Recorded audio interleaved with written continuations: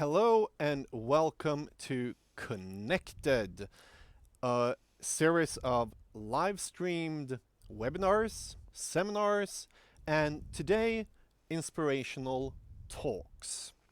We will live stream here from Dustin Business Center at Sveavägen in Stockholm every Friday at 2:30 p.m. Central European Summertime.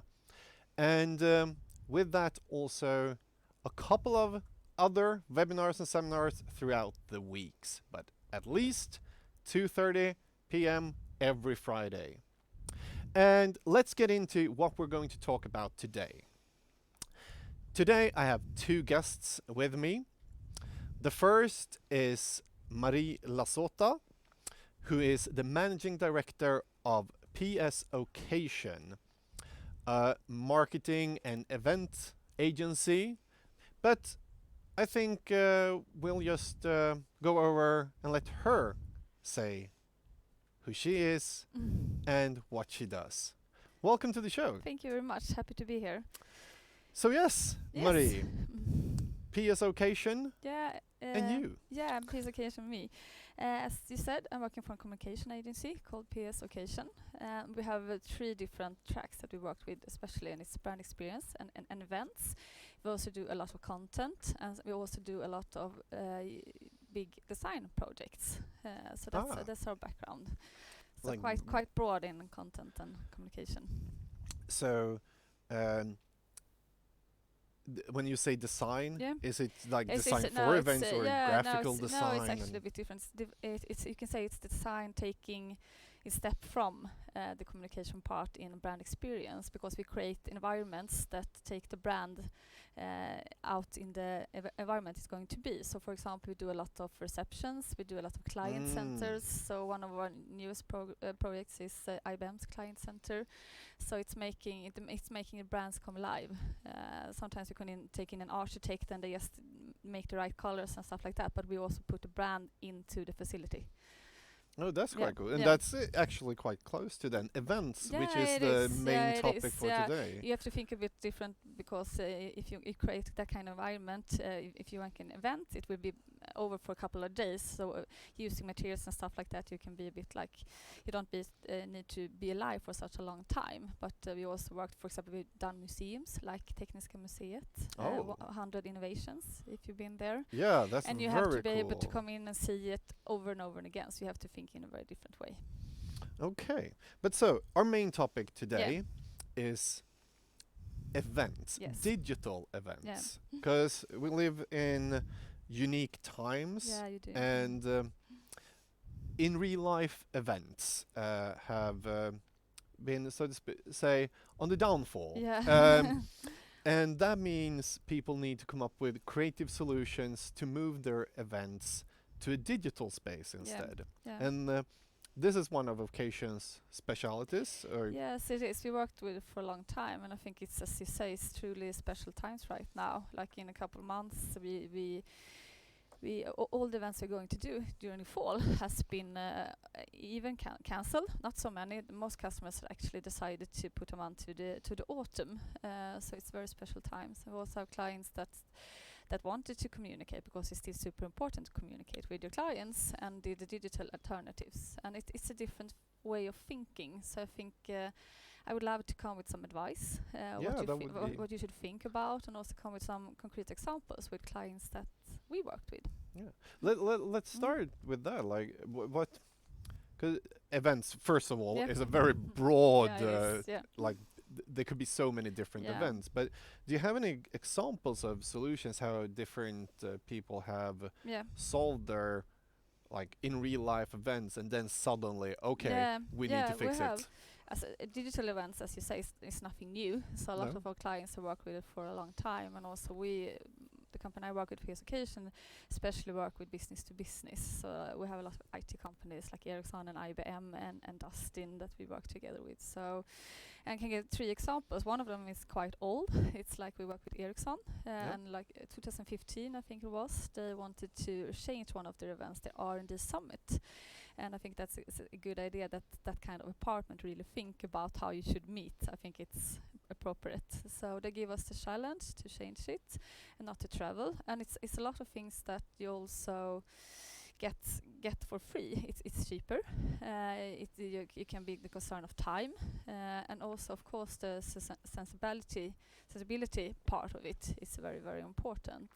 And after that they noticed that it was such a good idea that they keep on doing it, and now they're also starting to go into other areas as three-dimensional and stuff like that. So, but they've been doing it for 5 years. So for them, it's nothing new right now, and I think that's the way it is for a lot of companies also. And to give another example, just before Christmas, not doing in connection with Corona either, of course, is that Pavery and OF, the two big companies, were going to merge, and we helped them to do that. And then they had like a really good combination how they sold this. First they had the new name is Afree, as I think everybody knows because it's been out in press for quite a long time now.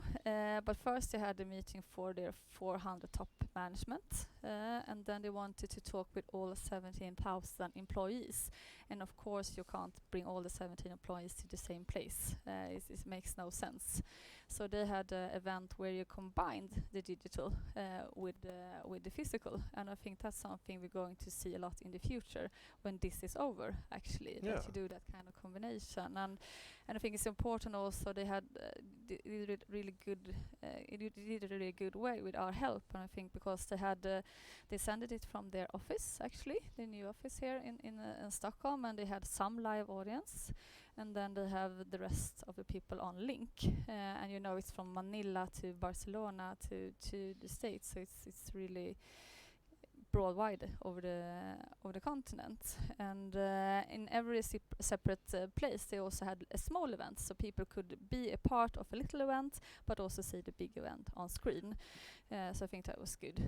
So for bigger companies, maybe that's one of the more important things to do. And also they worked with content in a really good way. It was quite a short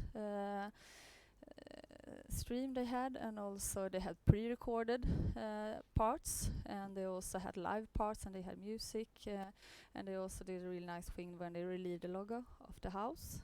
I've seen. So it was a really good success. I will come back to some advice what to think about. Yeah, but keeping it live that way, I think it's really important. So yeah, because like now we're talking about companies that have already started moving, but if we then take the events and those companies who like now I need to say something. We had actually 3 or 4 weeks ago we had a big company that were going to do their annual event, and usually they are about 800-900 people attending, and they had booked waterfront and everything was fixed, and all of the content was set, and I think it was 6 days before it was going to launch.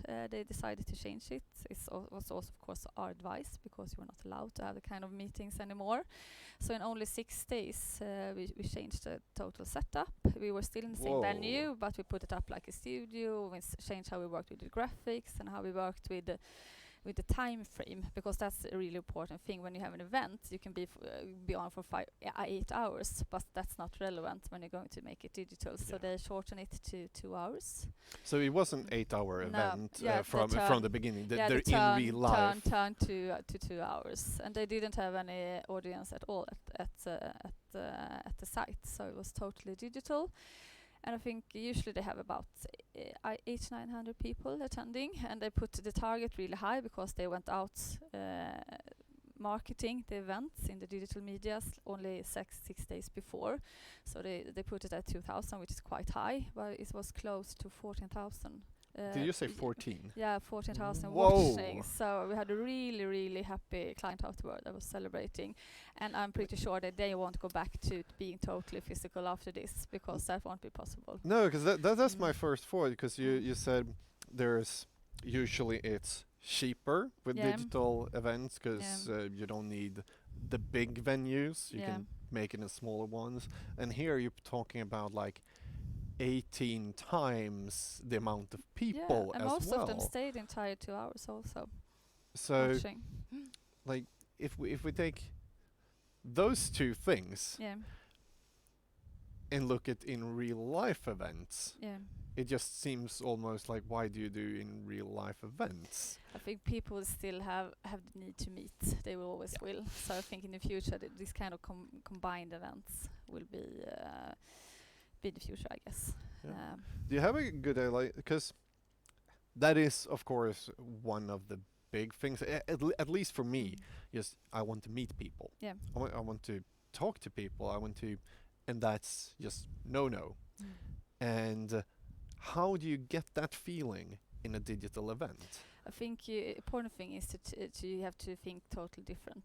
To start with, content is always king, and it's really king when you're talking the digital part, because if you have a live event, you have the setting, you have the ambiance, you have music, you have a PowerPoint, you have a lot of things that also take the audience interest. Here you right now people are they go looking at into a me. world. No, exactly, they're looking at me. So you really need to work with your content and be relevant. People are very sharp these days, so they can understand when content is relevant or not. So really work with that. And as I said before, it is a other format. Actually, one of the clients we work with, Ericsson, said something really clever regarding this, and that it's if you're going to YouTube and going to learn something, perhaps how to braid your daughter's hair or something, do you choose the 30-minute video or the 5-minute video? Probably the 5-minute video. Yeah, so you have to to think totally different regarding the format. And also you don't have PowerPoints. You need to try to work with some kind of interaction still. And I think instead of looking at perhaps like this morning shows that goes on for hours, look at the news. It's shorter clips. It's a lot more content, and as Afri did, you have live, you have pre-recorded, and you have the. So it changes. It changes all the time. I think that's really important, and also. So like what we're doing now is actually quite wrong. We sit here it's a bit and long, talk. as I told you. But it will work. We will make it work. That's because we want to get so much educational content from you now. Yeah. And I think the third thing is also that you need to work with professionals. I think some companies think that this is easy. We can just like take our message and stream it out, but you can't. You need to have professionals. You need professional moderators, professional speakers, work with an agency, and also my last advice is to try to have fun. Also because it will show when you're talking. So I think that's. Does that even become even more important when it becomes digital? Because as you said, in a real life, try to be relaxed and show that you're like enjoying what you're doing right now. Because important things come back to when you're a live event and you sit 1,000 people around you. You don't just walk up and walk out. That would be super strange. But now you can just like fold down your computer and walk away. So keep the tempo up and also work with your messaging. So it's easy to follow where you want to take the people that's listening through the storyline, and that you also in the end really try to conclude what your message is. So the format is different, the content is super important, work with profs and have fun, I would say. Yeah. And like as we said, there's a lot of different kinds of events. Like for example, trade shows and things where there's a lot of like stuff happening. Are there solutions to bring those to? Yeah, of course it is. And then you're perhaps that we talked in the beginning about augmented reality and how we worked with clients for a long time regarding that. And if you go in and search it at YouTube or something, you can see how advanced and how quickly it goes. And a lot of our clients are working with developing that parts also.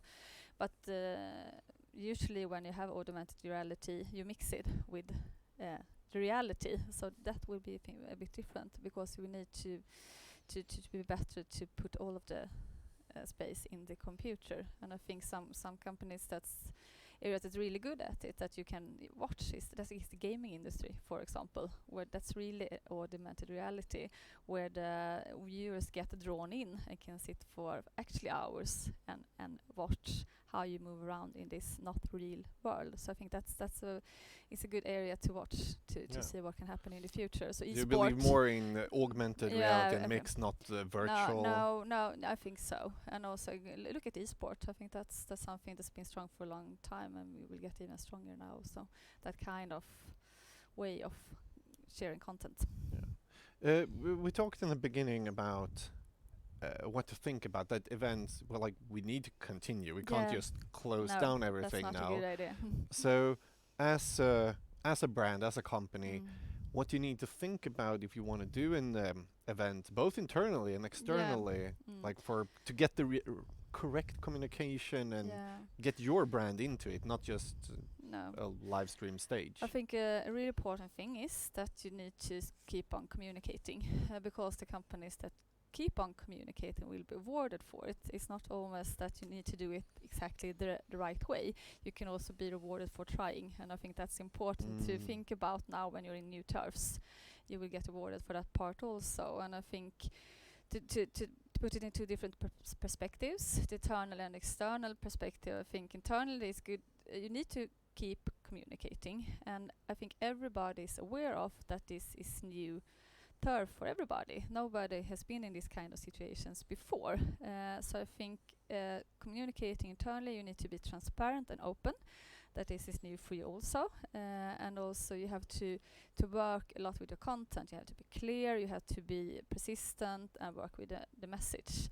And I also think internally you have a real need for rituals right now. You need to have kind of security, because this of course gets secure in different, because you don't meet your colleagues all days. You sit home and your computer. So I think a lot of companies as us have started to create rituals regarding the work to make people feel safe. So for example, we have a morning meeting every morning with a set agenda where I inform what's going to happen and have had any news regarding the business and our clients and stuff like that, and what's everybody else working with. And then we also said you have to put on your camera so we can see morning here. And then I think that's an important part. That's the important camera. thing. You have to see people. And then we send out a pep song also.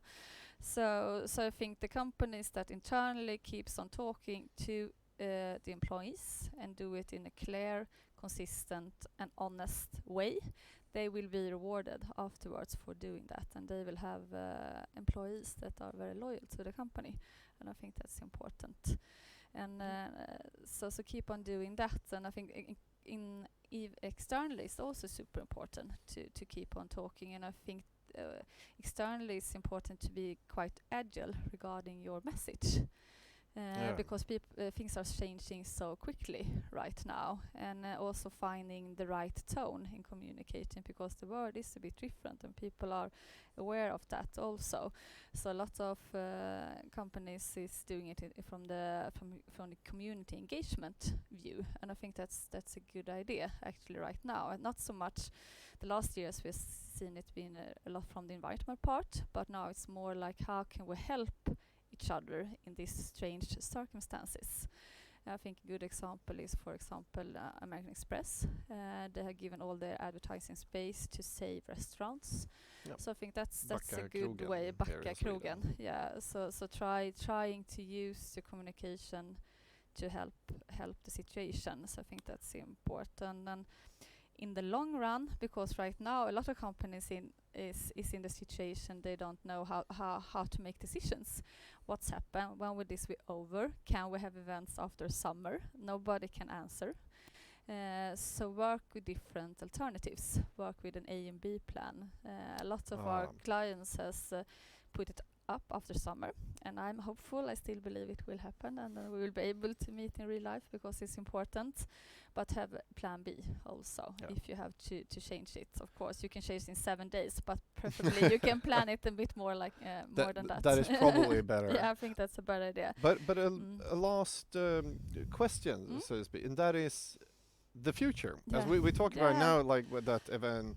But like they will start to be able. We will start to be able to have in real life events, of course. But the change that's happening now, all the moves to the digital, will that affect how we do events in the future? Yeah, I'm sure of it. I think we will always have the need to meet in real life. But I think there will be a lot of combinations event like the one A3 actually did, where you have a live part and you also have a part that's digital. So I think we see a lot of that, but people Because a will lot of also, people will yeah, be exactly. used to having digital Yeah, now. yeah, they were used to have a digital, and the digital awareness is so much higher also. You can see a lot of companies that for the first week struggled. How do you meet in teams? How many should you meet teams? Or should you use Zoom? Or what should you do when you're talking to your colleagues? So, and that level has increased so much also. I think also it's hard to say exactly what happens in the future, but it's from the communication parts, of course, we think a lot about what will be the next step. And when this is over, because it will get over, people will be a bit shocked and need some time to readapt and see exactly what was happening. And I think the way you buy things will change. The economic looks will change. So it's super important for companies to adapt to that, and you can do it by different ways, I think. So, but that's the challenge that we will meet, I think. Yeah. Mm. But so, when then it's time to have events for real again, Mm. how do you combine it digitally? Do you have any last tip about that? To look for those who looking into the future right now and Yeah. like we're going to have an event. Yeah. We work with an A and B plan, Yeah. but maybe Yeah. we should try to converge them. Yeah, I think like I said a bit, like working with like more like a short video sending that I talked about, and you need to put in different elements that are working for both the audience that are there live and the audience that are digitally, because that's a bit different then. So So doing some content that is yeah, good working for both, both but still parts. sending a Yeah, bit that works for different. both of them, and also so I think that's a super important way to go. Mm. Okay, thank you very Yeah, much thank you. for joining us Yeah. here. And for those who are watching, we will take a super short break until we have Matthias Turnblom here to talk about what has happened to IT infrastructure the last month when everyone starts to work at home, and what bottlenecks that has created, and how it looks for the future. So we'll be back in about a minute.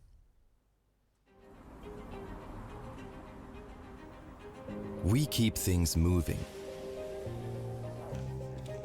We keep things flexible. We keep things growing. We keep things developing. We keep things safe. We keep things connected, protected, in line, on time, and online. We keep things social. We keep things interesting. Sometimes maybe too interesting. We keep things simple. We keep things steady. We provide you with the right IT solution at the right time, at the right price, with one purpose: to keep things moving.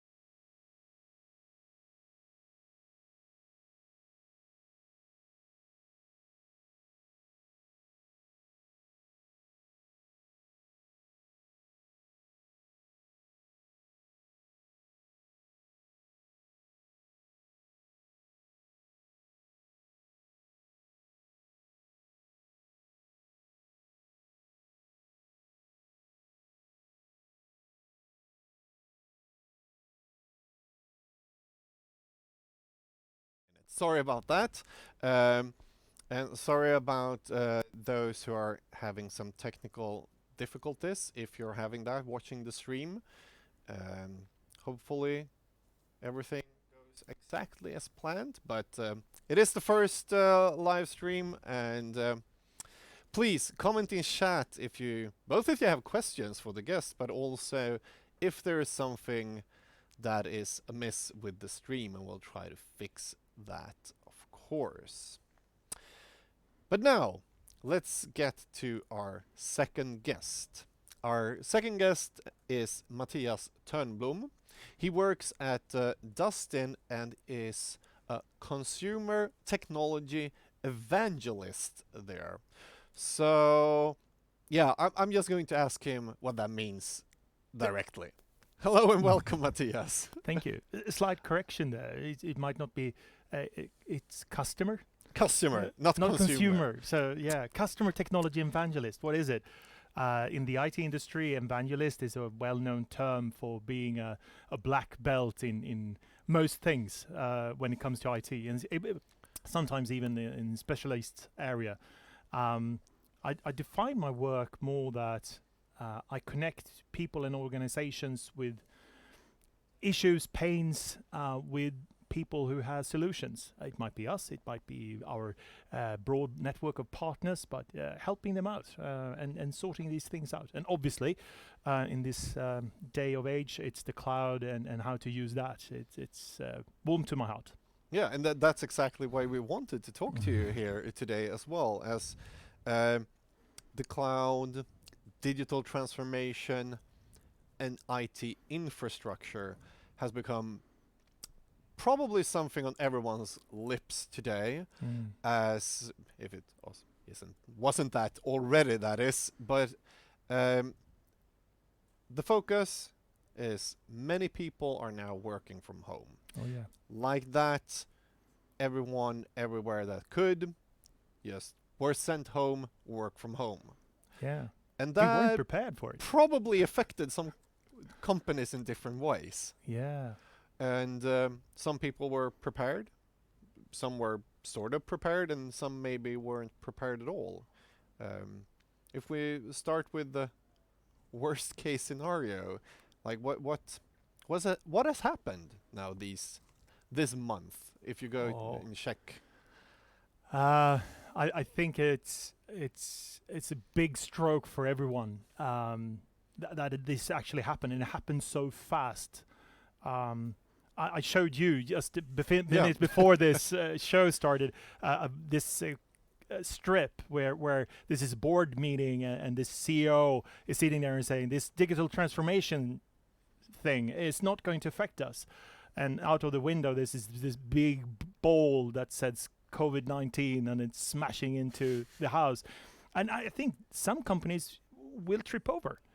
But what is the difference between them? I think that the companies who said they're going to migrate to the cloud or prepare to do it and have a transformation journey, you might not need to move everything, but partial of your work might be moved into the cloud and use those software as a service function that is there. And that easing your pain in your infrastructure to say that. So the people who succeeded with their thought are better prepared when the shift happens so fast, because in the traditional IT world, you always came to a budget, it has to be implemented, it has to have wires.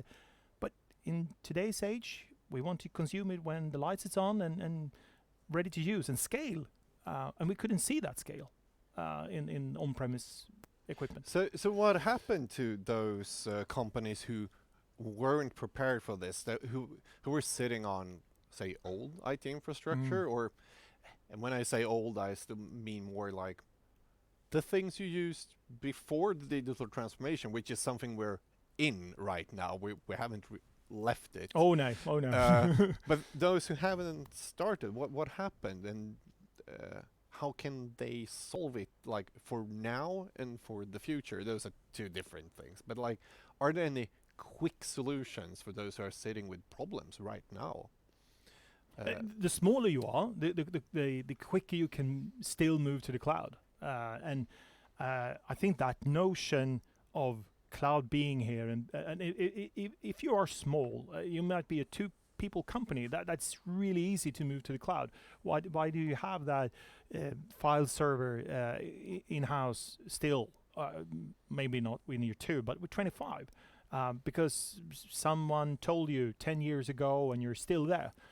But there are so many things that happened really quickly. I think just the regular meeting, when we meet it up in a meeting room, that changed. I've been over years saying that we should always in our meetings have Teams or Skype, as it was named before, always enable in every invite, because we wanted to record it, that was someone stuck in traffic or anything like that. And out of a sudden, within 3 days, everyone was moved out of the office and we couldn't meet physically. And what I've seen for those who sort of embraced this over the last, 25 days? Something like that? Yeah, and succeeded slightly. I think the technical hurdles of using video meetings, which is the simplest and quickest move you can do to the cloud and still collaborate. And don't forget that video. I mean, we could do this show without video, and it would be half as good as it would be with our pretty faces here. It seems we're doing it with half video because it's lagging. Sorry about that. Gosh.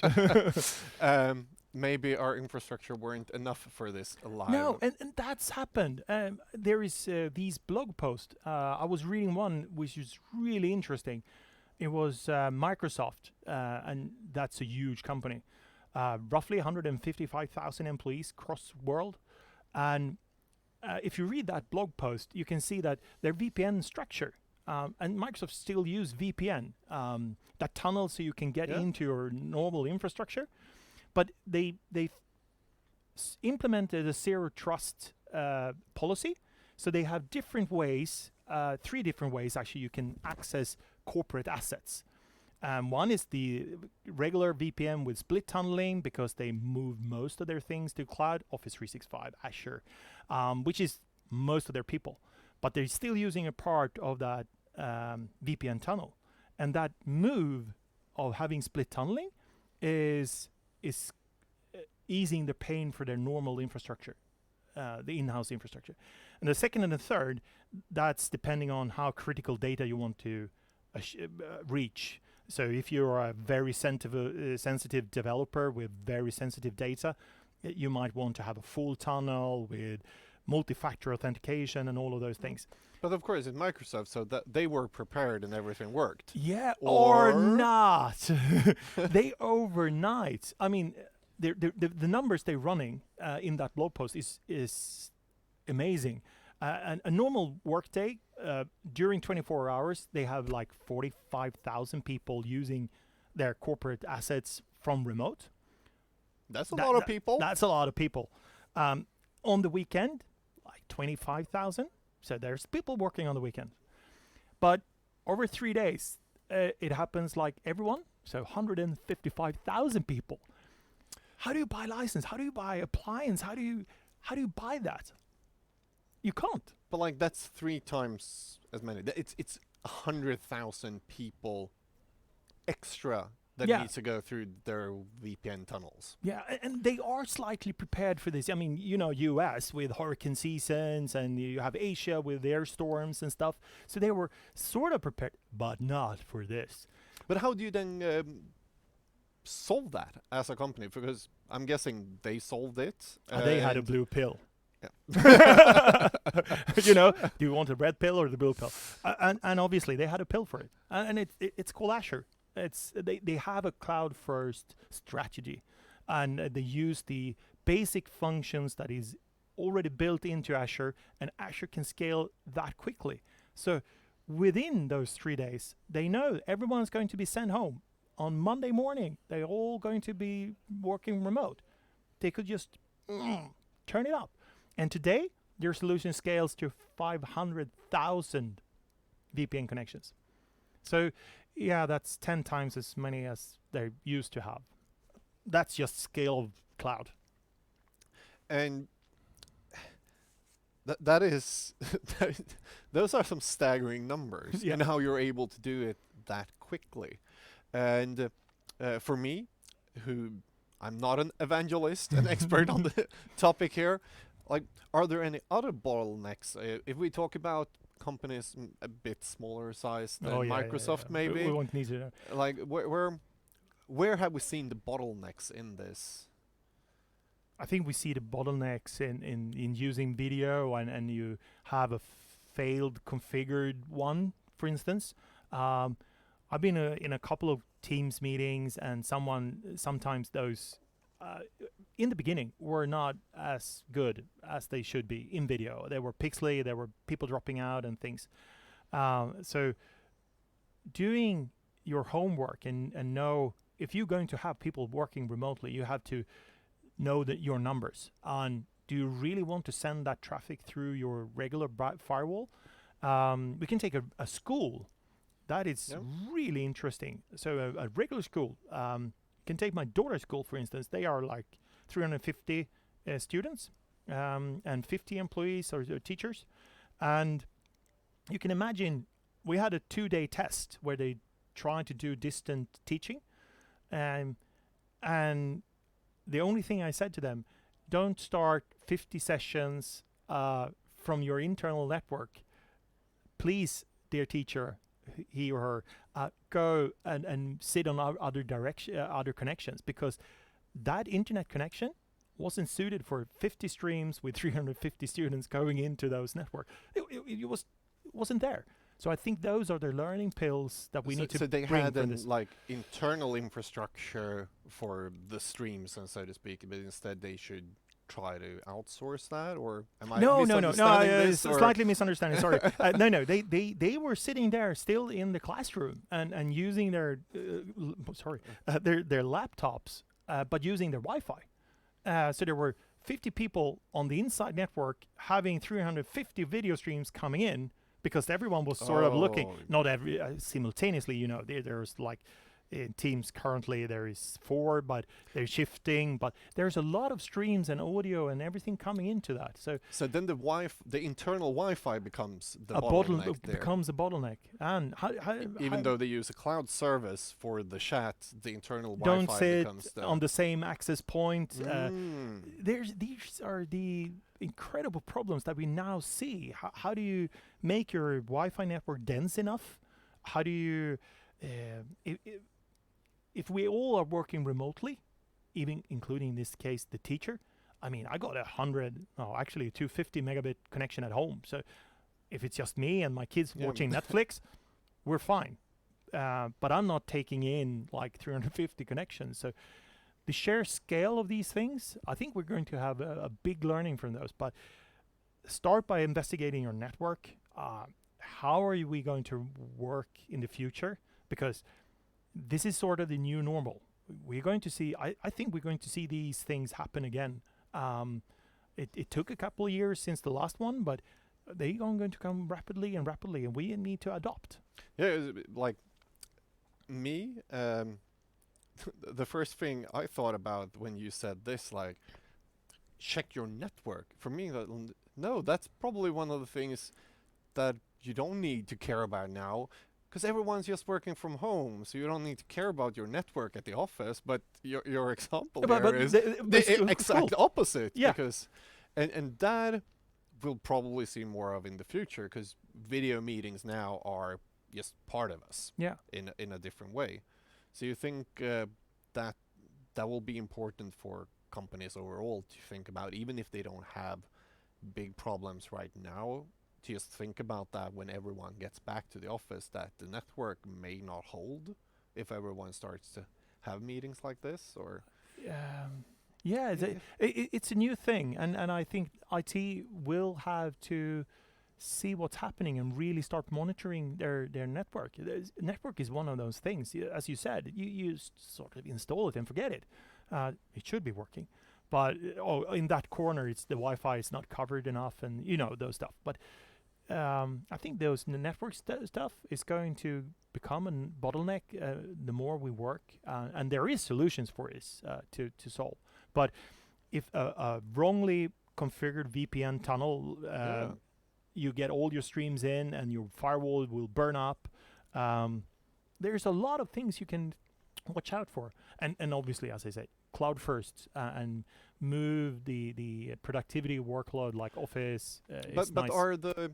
are the cloud services ready for things like this? Oh, Because when it's moved to the cloud, yeah, that's me outsourcing my infrastructure. yeah. So I can outsource it to, say, Dustin, who fix it, so I don't need to care about it. It just works for me. Yeah, it is. And that's an amazing thing to just, okay, I don't need to do it anymore. But then you have cloud services. They need infrastructure to run the cloud as well. Like, Yeah. have you seen anything in those Yeah, levels as well? I think we all saw that massive explosion. If we just take Microsoft Teams, for instance, but I know Zoom, I know GoToMeeting, all of those services had different issues when it comes to this sheer scale. So, but even though we saw that massive amount of users starting using these collaborative tools, they were prepared, sort of, they could scale. It might took a day, 2, 3 to solve that, but they monitor in and say, aha, we need a couple more servers, let's use them. And then Yeah, because that was my experience when I checked all these services. Like, oh shit, there's going to be problems, but it seemed like most of them actually came out fine just in a couple of days. And my guess is because those are buying their capacity as a service as well in the cloud, they buy their own fiber connections. Like everything goes in different steps. Turn up is like you need to have some sort of infrastructure that you actually can scale up and down when things like this happen. It is it's a knob. You need to turn it back and forth depending on your usage. But I want to change topic a bit here to the security part of it. Don't want to go in too deep. That's for another Friday. Yeah, I love to. That is a huge topic. Yeah. But what are the main concerns that you saw super quick when this happened? When it comes like VPN, for example. Yeah. If you don't have enough thing. VPN connections, people may use other ways of communicating that is not secure enough, or like what can you see happen? Where would you start? Start educating your users. That's one of the most important things. What is it with security, and what applications are we using internally? Because I overheard some discussions going on when, for instance, Teams had certain issues the first couple of days. Some people went into Google's Hangout instead, but that wasn't corporate policy, so there was someone using someone's private Hangout. And I'm not saying they released any internal IP material, but you could. And how is your shadow IT working? So your policies need to be set, and during this crisis, if we can call it that, we should. I think that not everyone is happy like us having a laptop that we can use from home. I think a lot of people actually still have a computer. They might have a Mac. They might have a different type of computer than we use in corporate. Do we know that one is secure enough? How do you access your resources? You just to survive, we just gave you that connection, but did we trust that device? So how do you scale that? And there is frameworks for this, how to solve it. Take Microsoft example of VPN's connections. I said there is this conditional access, so you can sort of poke your device and check you got a proper antivirus and all of those things. And you can then let them in either to a quarantine zone, or you can give them partially access. And most of the cases you can trust the security features of, say, Office 365, because they have massive firewalls and all of those for that services. But those corporate assets, how do you figure that one out? So, and I think you and I both got those strange coronavirus emails like crazy. Did you teach your... take the office. I mean, you and I chatted with the coffee machine, and you can ask me, did you receive that strange email? Should I click on it? No, no, no, But no. right no. now we don't do that. We don't do it, and we don't educate our users. So who can I ask of that? Is this a fraud email, or should I? Because it was sent from our CEO Thomas. What should we do? And that is like educating the users. That usually is the first step all the time. First thing you should do. But right now it becomes even more important because, as you said, the risk of shadow IT skyrocketed. Oh, with yeah. everyone going And it over. did. So that may be a bottleneck of sorts because you need to stop it in some way. But let's. I have one more question, and that is kind of like the same when we talked about events earlier. Oh. Events and infrastructure, quite dissimilar, but still. Yeah. And that is, of course, the future. Future. How will this affect how you need to think about your IT infrastructure for the future? We talked a bit about it, but like. When networks, maybe more people use video conferencing tools in the future, even though we don't need to, and that is a bigger strain. The Microsoft's VPN tunnel, like they're set for quite some time in the future. Absolutely. But like, how do you need to think about that so you don't end up in a similar spot again? Yeah, because we're drinking from the fire hose now. Literally, we're standing like gulping in all that water, and we don't know what to do, and that's presumably because you didn't have a plan. Every time I meet customers, my first question is, what is your plan? Why do you want to move to the cloud? Do you want to move to the cloud? What is your pain points over this time? And now we got a pandemic or any type of crisis. How do we deal with that? And how do we scale? And this is the similar way of thinking of disaster recovery. I mean, you could have a safe in the office, but if the whole office is burning down, maybe even the safe is burning down. So maybe you need a second copy outside your house because it's not likely that the second house is burning down at the same time as your house is doing, unless they're too close. But we don't take that as a question.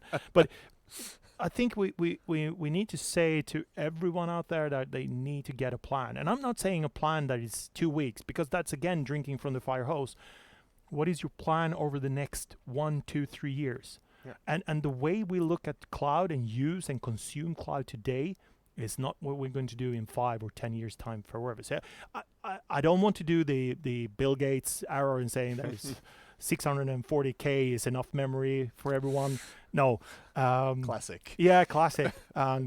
No, I can't predict the future. It's going so rapidly, but we need to understand we only want to pay when we use it or consume it. It's like driving a taxi. You and I had a discussion a long time ago, which is really funny because the taxi is going to be really expensive for you. But if you use it properly, it might be even the cheapest way of travel. That was the thing. I've decided to not own a car. Yeah. Because I take a cab instead. Yeah. Because it's cheaper for me because I use a car so seldom. Yeah. And I can scale it. Yeah, you can scale it. Yeah, instead of just having a car, and that's just how much it costs. You can have a small car most of the times, and then you need to bring all family and friends. You need a bigger one. I mean, if you buy a car, it's that size.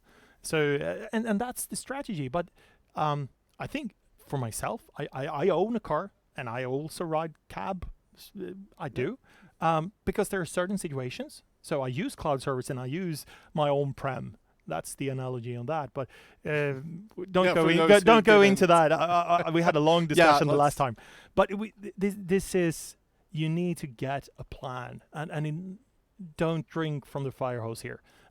Do it in a slow manner and get an idea, because the way we consume things are going to change, and we need to adopt our plan accordingly to what services are available. The plan is not just to get everyone to be able to work from home right now. It's also there will be a change, so you need to get them to be able to work from home and in different ways even after this. I mean, if I was a real estater today, I should be really scared. What's coming next? Or when we're over this, because now companies have discovered that they can work from home, and so we might need to scale our office down to the half of the size because we can have shift works at that time. That's a new change. Or should I, as a real estater, then divide that space into more, because we still need to collaborate. And Space as a service is also a space thing. as a service, absolutely. I mean, those things are. There's so many changes here, but you need, as a company and a CEO or a board member, you need to figure out that plan. What is our plan for the future? Okay. Thank you very much, Matthias, for your Thank you. insights in this. And thank you, everyone who watched this first stream of Connected. We will be streaming both talks like this and webinars and seminars on this channel for the foreseeable future at dustin.se/connected, and at least every Friday, but hopefully more than that as well, with some webinars and more educational content. So check out the streaming schedule on dustin.se/connected, and if not else, hope we see you at 2:30 p.m. next Friday as well.